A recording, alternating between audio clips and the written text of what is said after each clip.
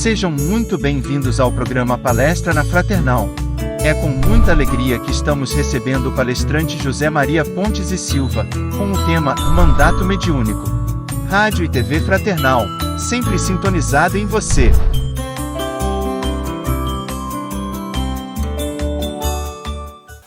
Olá, nós vamos hoje falar um pouco sobre a questão da mediunidade. O título é Mandato Mediúnico, do assunto. Não é exatamente aquilo que está nos livros do André Luiz, onde o título é o mesmo. Mas nós tomamos o material da obra do André Luiz, da psicografia de Francisco Cândido Xavier. A fonte de informações é, portanto, obras de Allan Kardec, obras do médium Francisco Cândido Xavier, de André Luiz e Emmanuel. Essa aí é a fotografia do André Luiz, tá? Uma foto que hoje representa o André Luiz. Mediunidade inicial. Nós sabemos que a mediunidade teve um início. Muita gente às vezes pergunta quando se iniciou o exercício mediúnico. Sabemos que o exercício mediúnico hoje, que ocorre dentro do Centro Espírita, segundo informações do Emmanuel, do André Luiz, quase todos os fenômenos que ocorrem no Centro Espírita, fenômenos mediúnicos, ocorrem por fatos mediúnicos que surgem através da aura. Tá? Portanto, a aura é algo que existe em nós desde que fomos criados, desde que surgimos aqui como homens simples e ignorantes, formando as comunidades dos tempos primitivos.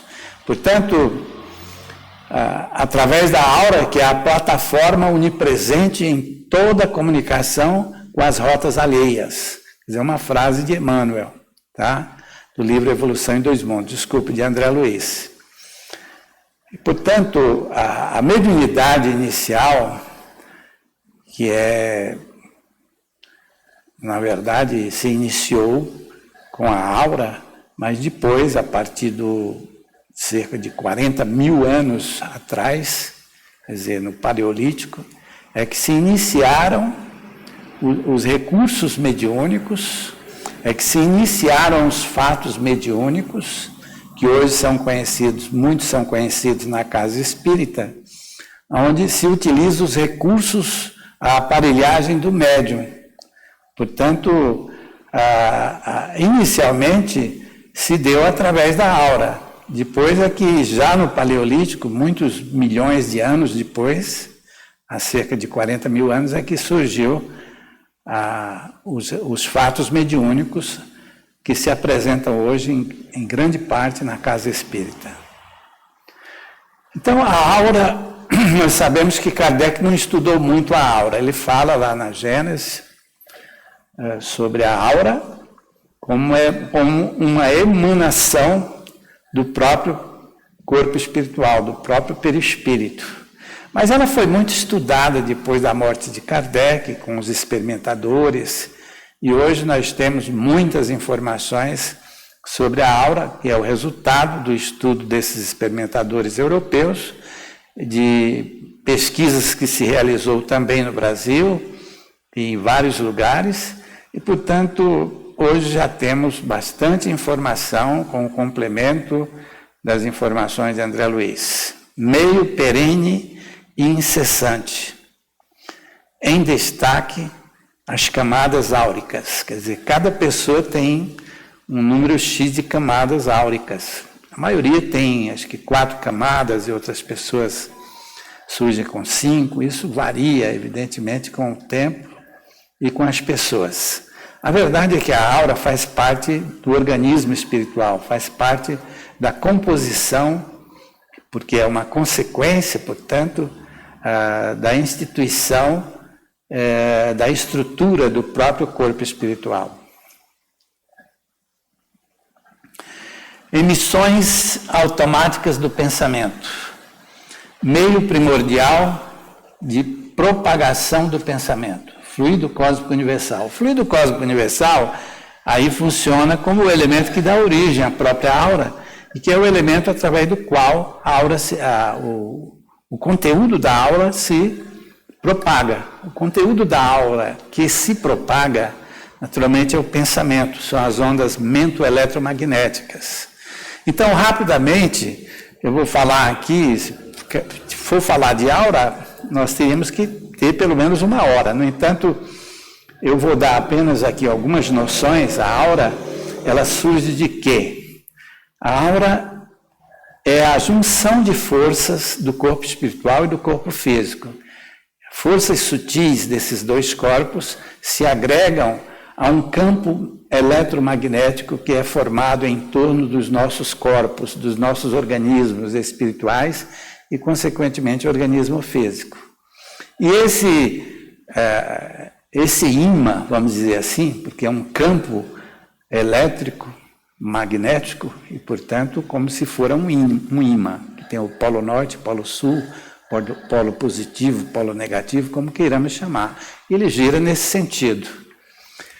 Então, ele surge em função do conteúdo residual do pensamento, de uma das suas vertentes, que é aquela que nós explicamos no livro Corpo Sutil, a primeira vertente, e é aquela que energiza o organismo, quer dizer, ela exerce as suas funções, a parte residual fica em torno do corpo, formando, portanto, um imã, uma espécie de imã, igual aquele que nós colocamos na geladeira, que hoje se conhece muito, e, portanto, são forças eletromagnéticas decorrentes da deposição residual do próprio pensamento.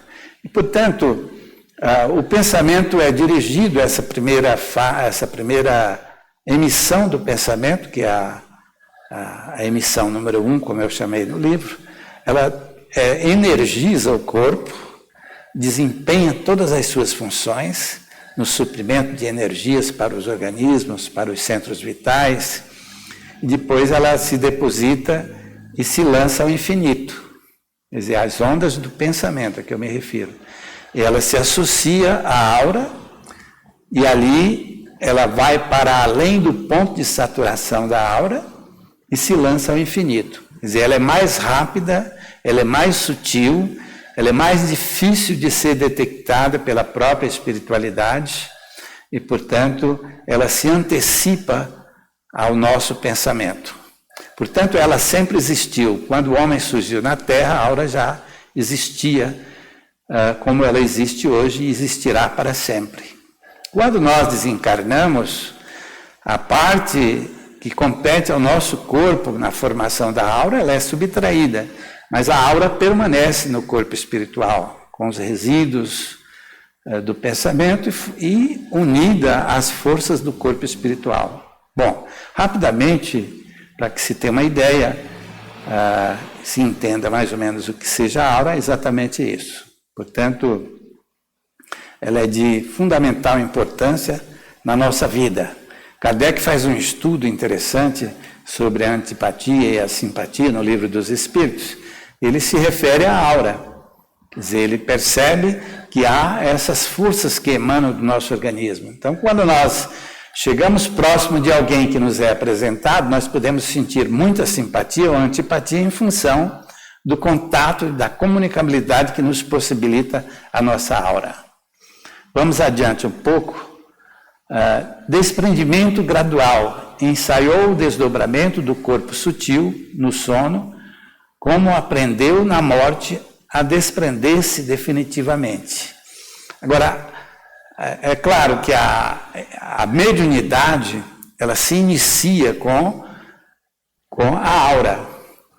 Os espíritos nos ensinam, André Luiz diz que no tempo em que nós formamos essas primeiras comunidades, a espiritualidade superior não conseguia nos orientar mediunicamente, porque as simbioses mentais que existiam entre as criaturas era muito intensa.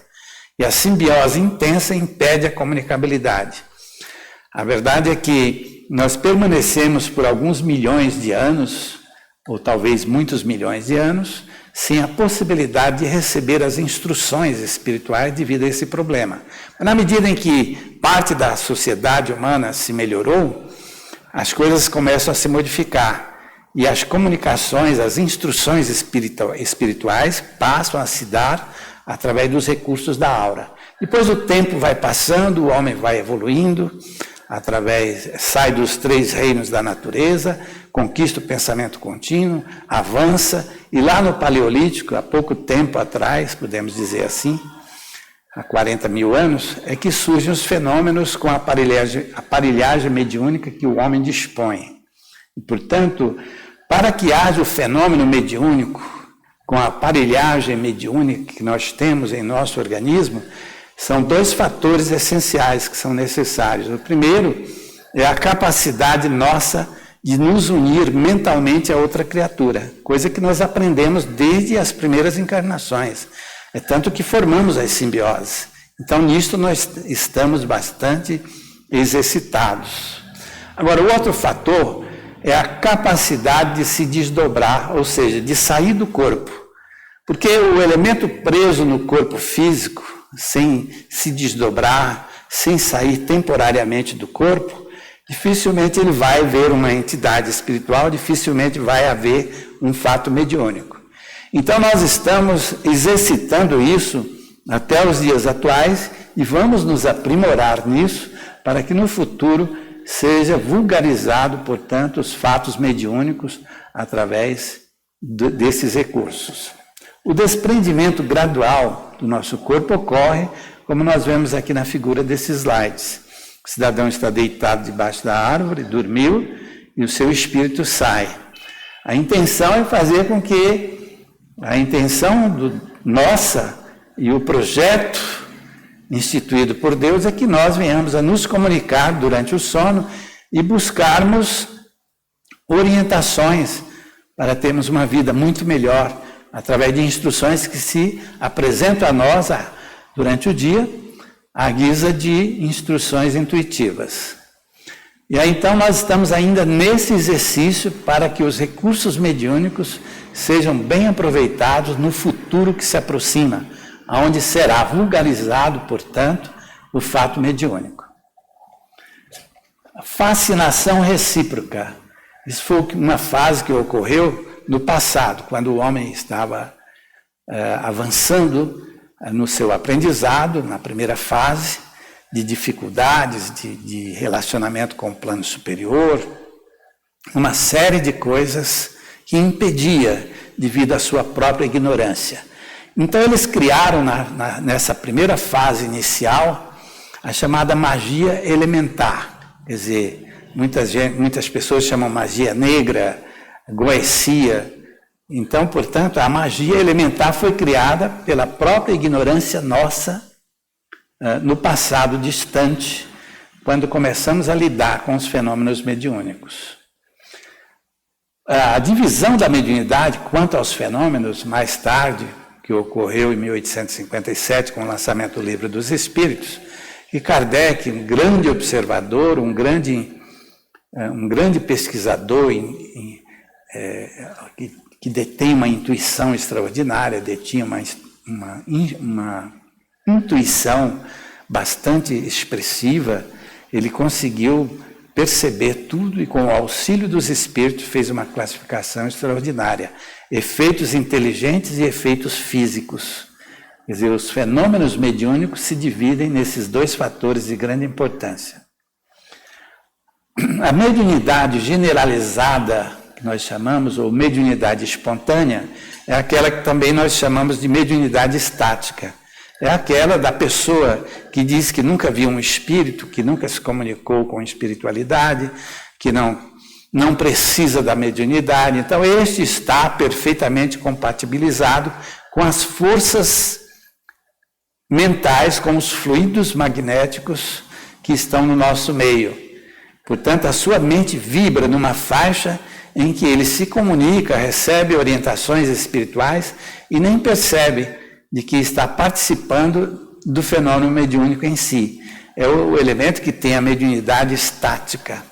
Agora, quando ele tem a mediunidade facultativa, é que ele então passa a exercer o domínio sobre a vontade, aliás, sobre a comunicação dos espíritos. Os espíritos vão se comunicar no momento em que ele desejar, no momento em que ele precisar, no momento em que ele determinar, segundo as instruções que recebeu da instituição a qual ele pertence. Portanto, o mandato mediúnico, o mediunato, quer dizer, a dinâmica que ocorre através do mandato mediúnico. Que o mandato mediúnico, na verdade, é aquilo que se diz, como na sociedade aqui a gente se refere às pessoas que têm certos mandatos, são responsabilidades assumidas com o fato mediúnico, é só isso mesmo. Centro de mensageiros, cópia do quanto se vem fazendo nas diversas cidades espirituais superiores. Médiuns e doutrinadores, saem daqui às centenas, anualmente. Bom, isso está escrito no livro Obreiros da Vida Eterna, quer dizer, um livro psicografado por Francisco Cândido Xavier, da autoria de André Luiz, e ele falou isso quando André Luiz, que já estava há algum tempo lá em nosso lar, havia finalizado determinada fase das suas atividades, é convidado por Vicente, um dos seus companheiros e instrutores, para conhecer o Centro de Mensageiros. Então, o que era o Centro de Mensageiro? O Centro de Mensageiros, segundo o que pensava André Luiz, seria um local onde, naturalmente, os postalistas iam receber cartas, etc., e fazer transportes de maneira semelhante ao que ocorre com nossos correios aqui na Terra. Então ele achava que era, na verdade, postalistas e elementos que levavam mensagens de um local para o outro. E ele se surpreendeu, porque quando ele viu aquele conglomerado de prédios, e aí foi informado por Vicente de que ali era o Centro de Mensageiro, onde se preparavam elementos para reencarnarem com responsabilidades como médiuns ou como doutrinadores. A palavra doutrinadores está escrito aqui, mas não significa dizer que é o elemento que doutrina entidades espirituais, como o termo é comum dentro da casa espírita. O doutrinador, segundo o que falam os espíritos, é aquele que reencarna e, através dos seus exemplos, dos exemplos da sua conduta, da sua vida, ele vai, então, transferir a responsabilidade da doutrina espírita. Quer dizer, ele doutrina as pessoas através do seu exemplo. E ele foi informado de que, naquele centro de mensageiro, se preparavam centenas de criaturas todos os anos, milhares, até milhares de pessoas, todos os anos se preparavam para atuarem dentro da casa espírita. Ele ficou surpreso. Como eu estou aqui não faz tanto tempo, há alguns anos, a humanidade evoluiu tanto para que tantos doutrinadores aqui do nosso lar, somado aos doutrinadores que ocorrem nas outras esferas espirituais, nas outras cidades, então uma quantidade muito grande de pessoas, e então a humanidade cresceu muito ultimamente. Vicente riu bastante, falou, não é bem assim, é que as pessoas ao penetrarem a casa espírita, porque elas penetram a casa espírita porque solicitaram, pediram, imploraram às vezes para que reencarnassem com os característicos ideais para penetrar a casa espírita e lá trabalhar na casa espírita de acordo com as suas aptidões ou como doutrinadores. Quer dizer, somos nós que solicitamos. Que aí o cidadão, no momento em que reencarna, com um choque biológico, naturalmente ele entra em amnésia, esquece-se de tudo. E como Deus nos concede liberdade plena de pensamento e, consequentemente, de ações, ele assiste às primeiras reuniões, recebe os benefícios espirituais e se admira muito das doutrinas que propalamos no ambiente espiritista e, por fim, acaba desertando. Isso é um dos motivos que faz com que a casa espírita tenha um reduzido número de pessoas, mas todos que lá estão, naturalmente, pediram para que comparecessem no momento preciso à casa espírita, Portanto, é uma notícia de grande importância para todos nós que reencarnamos como médiuns para trabalhar na casa espírita. Saem milhares, são raros os que triunfam. Quer dizer, saem milhares que se prepararam, às vezes por 10, 20, 30, 40 anos, se prepararam com um programa bem estabelecido e depois retornam falidos em seus compromissos. Alguns conseguem execução parcial da tarefa, outros, muitos, fracassam de todo. Especialização da tarefa mediúnica.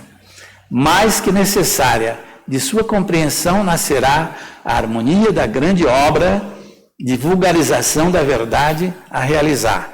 Está no livro de Emmanuel, o Consolador, questão número 386. Portanto, um apelo que nós estamos fazendo aqui, aproveitando esse momento, para que os médiuns se especializem dentro da casa espírita. O que é a especialização mediúnica?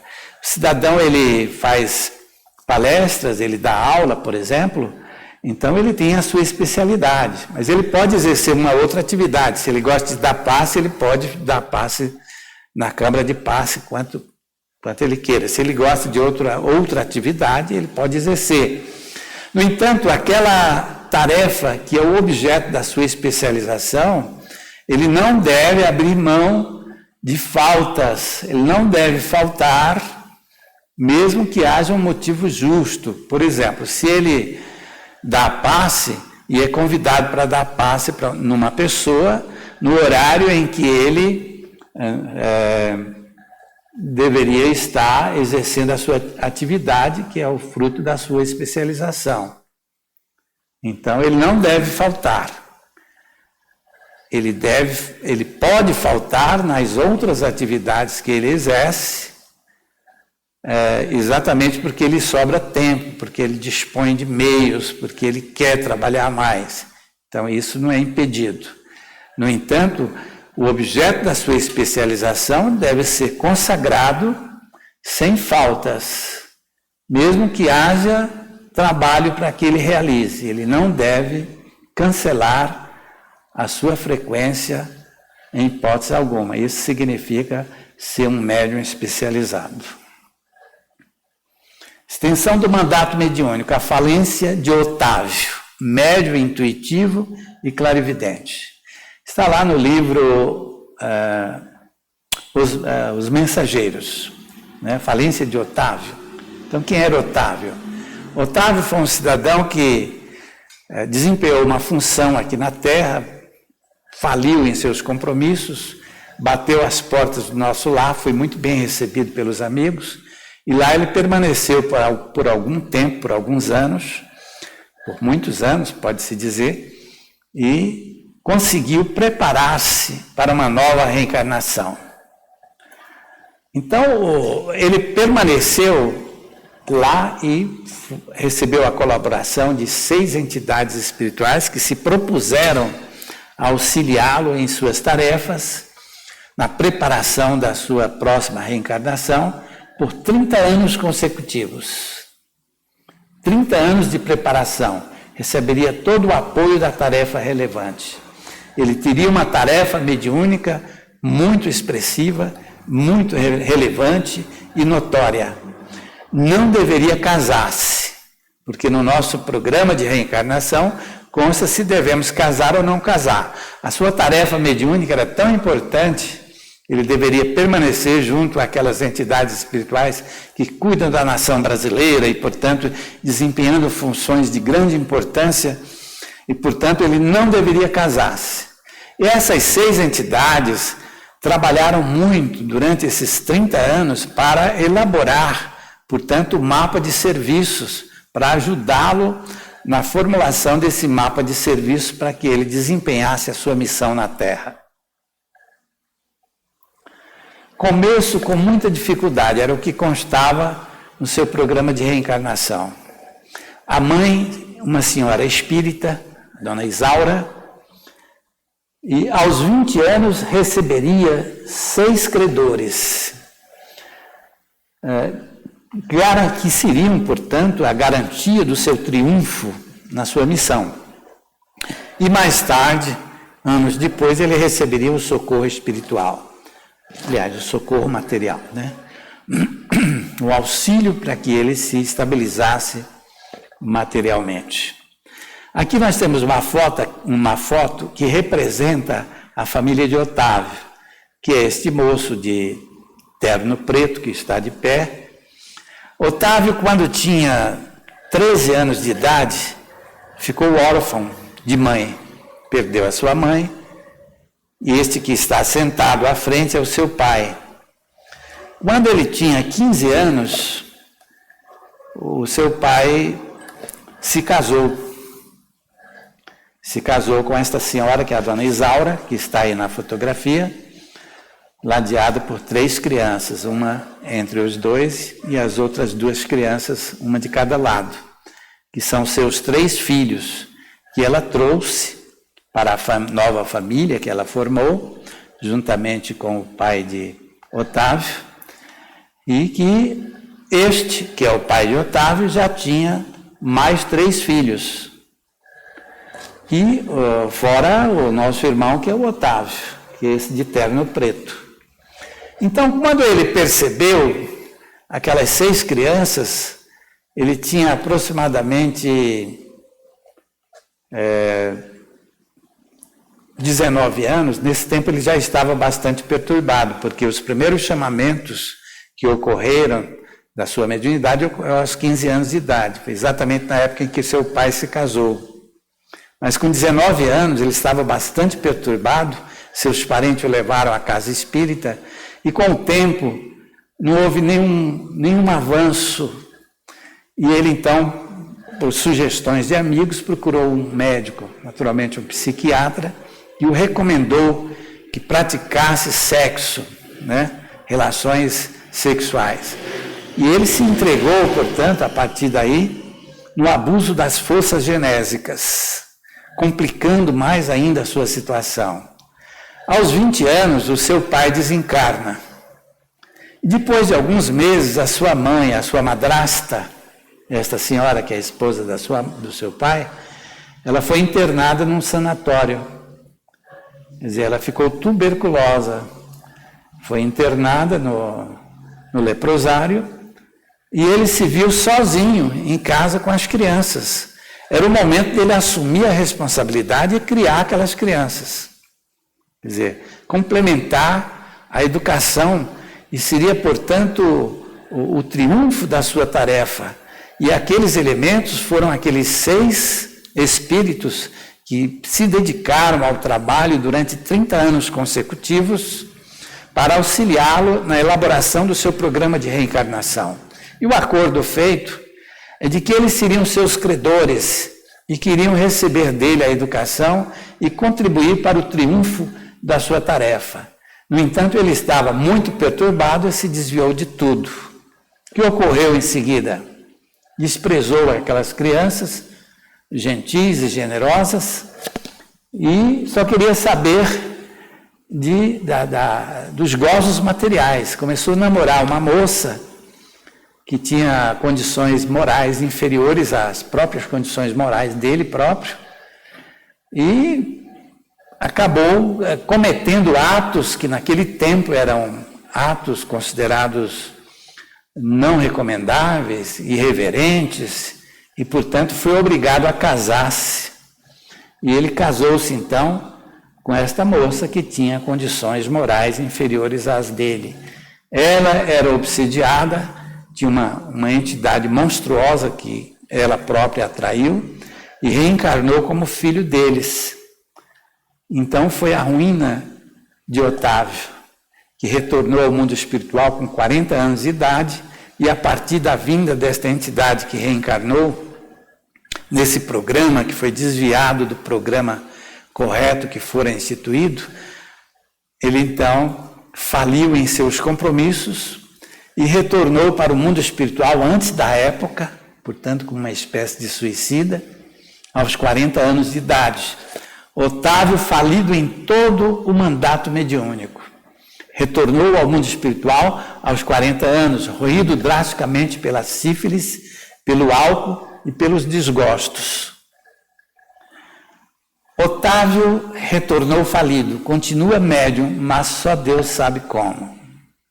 As condições terríveis, consequentes da falência dos seus compromissos. Isso ocorre com milhares e milhares de médiuns em nossa sociedade, lamentavelmente.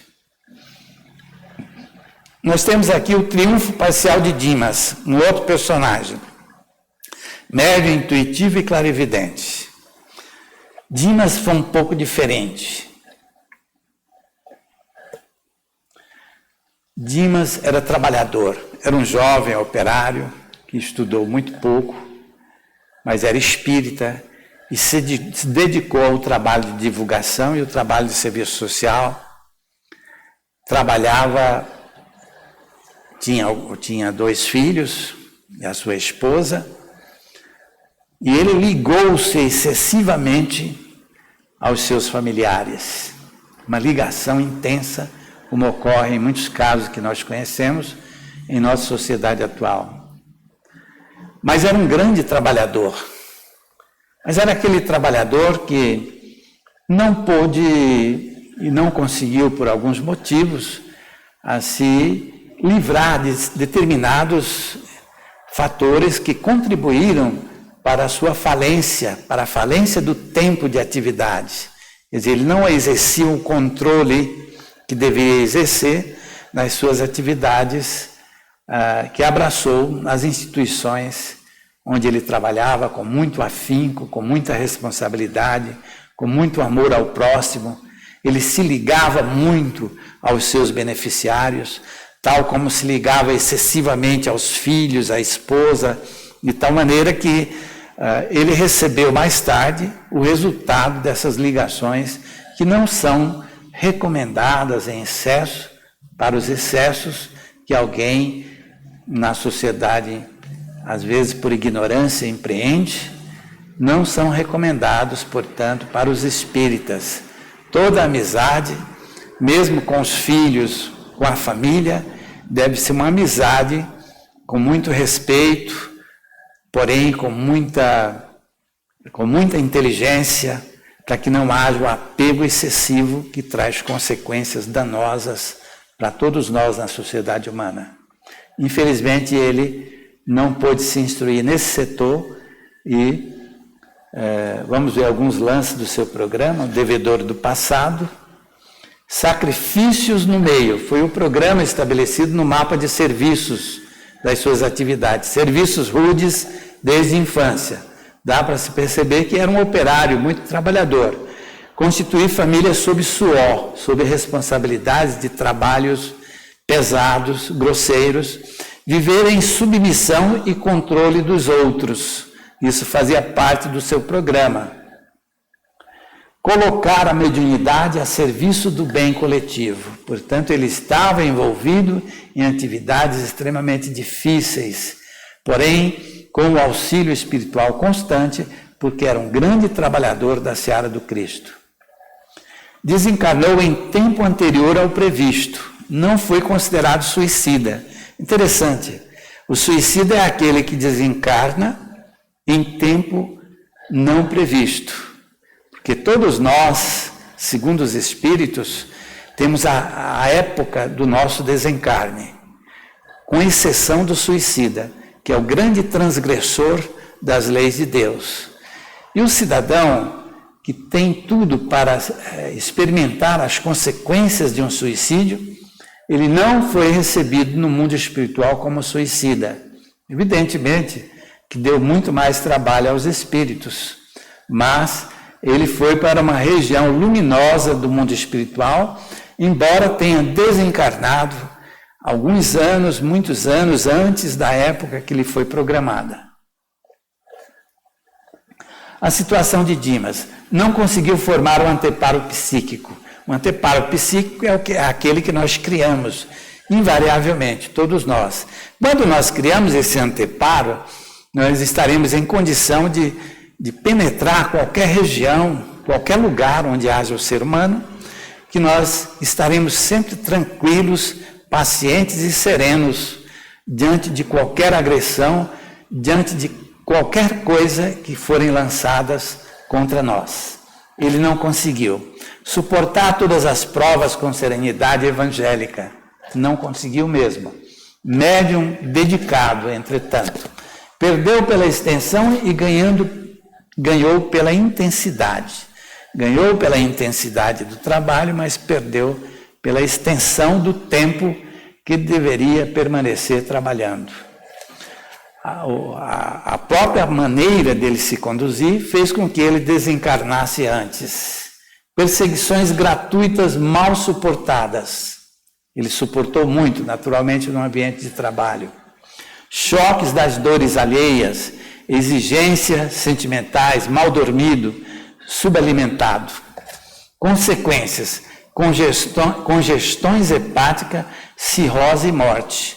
Quer dizer, ele teve congestões hepáticas, quer dizer, o seu fígado sofreu as consequências e teve uma cirrose no fígado e uma morte em tempo não determinado, quer dizer, um tempo anterior ao tempo em que ele deveria realmente desencarnar. E Dimas alcançou a luz. Dimas foi para uma região luminosa, extraordinária, porém nós sabemos que com dívidas relacionadas com aquilo que ele não cumpriu como deveria, que irão naturalmente compor o seu programa da próxima reencarnação. Mas bem recebido no mundo dos espíritos com a sua equipe, da qual fazia parte André Luiz, acompanhado de Jerônimo, que era o seu instrutor, e tantas outras entidades. Extensão do mandato mediúnico. O último cidadão a que nós nos referimos é o Fábio, né? Médium de acepção não vulgar, de doação oculta. Existe esse médium, aquele que aparentemente não trabalha na casa espírita e às vezes é até criticado. No entanto, à noite, ele é colhido em sua residência, durante o sono, pelos amigos espirituais e trabalha muito, todas as noites, ou quase todas as noites, em benefício aos nossos irmãos necessitados, geralmente em hospitais. Quer dizer, esse tipo de médium, geralmente, ele está sempre com atividades ocultas. E nem ele mesmo, às vezes, se recorda de que faz parte dessa atividade.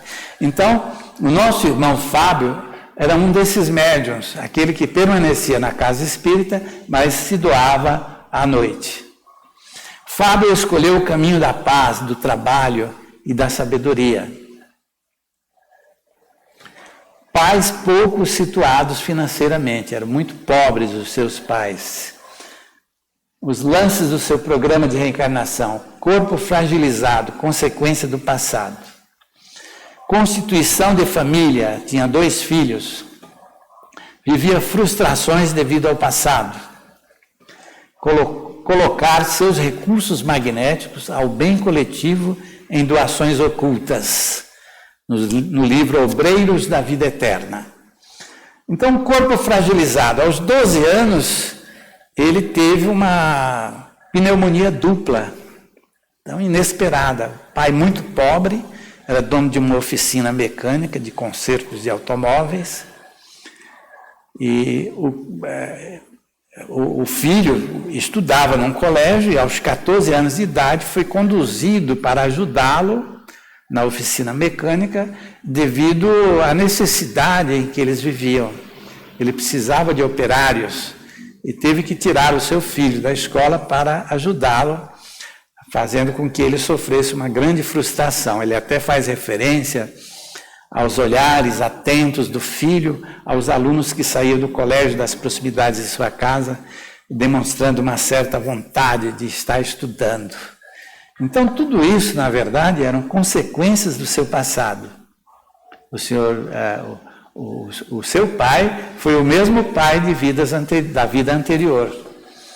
Constituição de família, 2 filhos. Viver frustrações devido ao passado. Colocar seus recursos magnéticos a bem das doações ocultas. Ele era amante dos seus filhos. era um cidadão simples, de uma elevação espiritual extraordinária, que, na verdade, quando ele estava para desencarnar, André Luiz estava com Jerônimo, já havia levado Dimas à casa transitória Fabiano de Cristo, que fica além da estratosfera.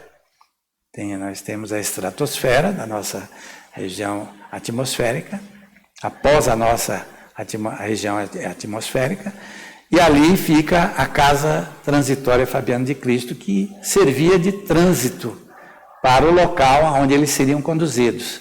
Eles estavam lá e se deslocaram até a região fluminense, na casa de Fábio, e se admiraram muito quando viram a beleza daquela casa simples, muito pobre, mas bem cuidada, com flores, muito aconchegante, e lá estava Fábio doente. Eles se aproximaram, e lá já havia um cidadão chamado Aristeu Fraga, que era inclusive amigo de Jerônimo, que já aplicava passes e que confessou que ali estava para auxiliar Fábio, que era um moço considerado de uma conduta extraordinária, era uma pessoa estudiosa, era uma pessoa que fazia o bem às criaturas de forma espontânea, era um ser querido tanto pela família, pelos filhos, pelos vizinhos, era uma criatura de muitas qualidades espirituais e, portanto, elogiado por todos. Ali estava Aristeu Fraga, que recebeu André Luiz, e estava Silveira, que foi o pai, nesta encarnação do próprio Fábio, que teria sido também o seu pai na reencarnação anterior. E ali ele contou que Fábio, na verdade, na reencarnação passada, juntamente com ele, viviam não muito distantes dali, e eram fazendeiros. E ele criou muito bem o seu filho, ele já tinha todas aquelas qualidades. E era responsável na fazenda pela acomodação dos escravos. Ele lidava com os escravos nas senzalas, que é uma quantidade muito grande de escravos que havia naquele tempo, filhos de escravos africanos, e, portanto, ele já era a pessoa maravilhosa que sempre foi.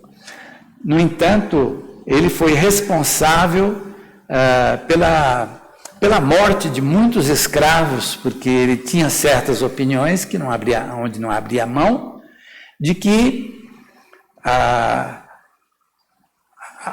as senzalas, naturalmente, aquilo não há uma descrição total dos acontecimentos, mas se imagina que as senzalas eram mal construídas e havia uma falta de uma circulação de ar, de tal maneira que a falta de ar veio a causar a morte de muitos elementos, de muitos escravos. Então ele trouxe essa responsabilidade, e aos 12 anos de idade ele teve a pneumonia dupla, como consequência do problema de consciência que ele gerou em função de verificar que ele foi o responsável pela morte de tantas criaturas que morreram por falta de uma construção mais adequada, em que ele simplesmente, por opinião própria, decidia deixar da forma como estava, onde o ar que circulava era um ar deficitário e, portanto, por falta de um ar adequado para a respiração daquelas criaturas, muitos desencarnaram. E isso se reflete, gerando no corpo espiritual aquilo que os espíritos chamam de zona de remorso, um problema de consciência que surge, depois surge a mancha no corpo espiritual, chama zona de remorso, que vai se refletir na próxima encarnação. E foi isso que aconteceu. Ele teve aquela pneumonia dupla e depois a cirrose no seu fígado como consequência desse complexo de culpa que ele gerou, e depois se instalou a zona de remorso no corpo espiritual. Apenas um lance aqui das informações que os espíritos nos dão, de que as enfermidades que nós sentimos hoje, com as quais nós convivemos, elas são consequências dos nossos erros. Portanto, elas são elementos da justiça de Deus. Que as criaturas fiquem atentas a isso, a fim de de verificar de que as doenças que nós temos em nosso corpo físico, elas têm N tipos de origem, quer dizer, elas têm origens diversas, e, portanto, a nossa conduta é fundamental a fim de que venhamos a gozar uma saúde boa em nosso organismo através das reencarnações. Então, ele teve essa consequência e morreu, portanto, no tempo determinado da sua própria morte, mas teria que ser daquela maneira, porque as consequências dos seus erros do passado se refletiam através do seu organismo. Retornou na época prevista, cumpriu todo o seu mandato. Agora, nós temos aqui os exemplos de Fábio: equilibrado, amante da meditação, desde jovem excelente doador, livre de sectarismo, infenso às paixões, amante do dever, estudioso, conseguiu instruir e influenciar sua esposa, Mercedes, e filhos. Portanto, ele foi um vitorioso em sua encarnação. Exemplos de Fábio: enquadra-se no perfil ideal do trabalhador fiel ao Cristo, porque trabalhou alegre e em silêncio. Muito obrigado a todos e até a próxima. Mas eu quero falar aqui antes desse livro, mais uma vez. O livro Corpo Sutil foi lançado há 2 anos e meio, aproximadamente, e aqui nós falamos, nós comentamos, interpretamos parte da obra de André Luiz. Capítulo 3 do livro Evolução em 2 Mundos, existe um resumo. Nós tomamos como roteiro aquele resumo do capítulo 3. E aqui formulamos as interpretações. Tem 114 imagens, é dividido em 3 partes, poderia ser realizado 3 obras, 3 livros. Eu pedi que se reduzisse as letras e ficou com 360 páginas.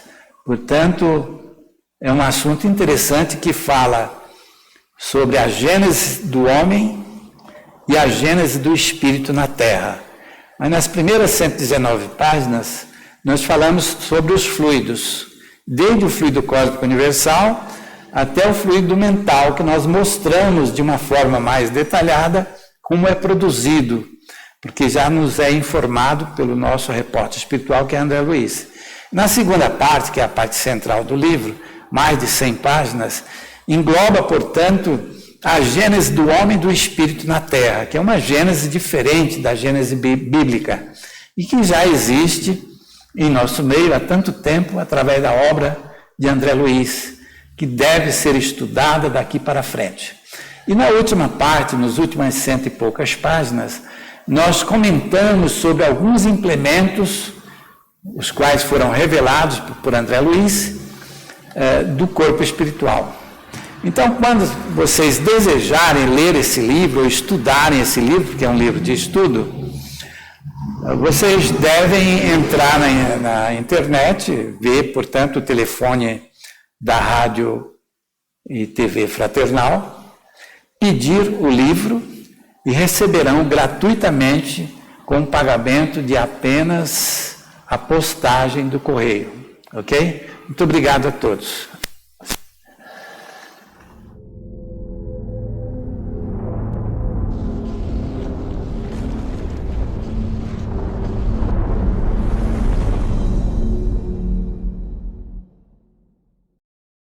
Acabamos de apresentar mais um programa Palestra na Fraternal. Sempre uma palestra diferente com temas ligados à doutrina espírita. Assista pelo YouTube, pela TV Fraternal e também no Facebook. Ouça pelo aplicativo da Rádio Fraternal e pelo site fraternal.net.br. Rádio e TV Fraternal, sempre em sintonia com você.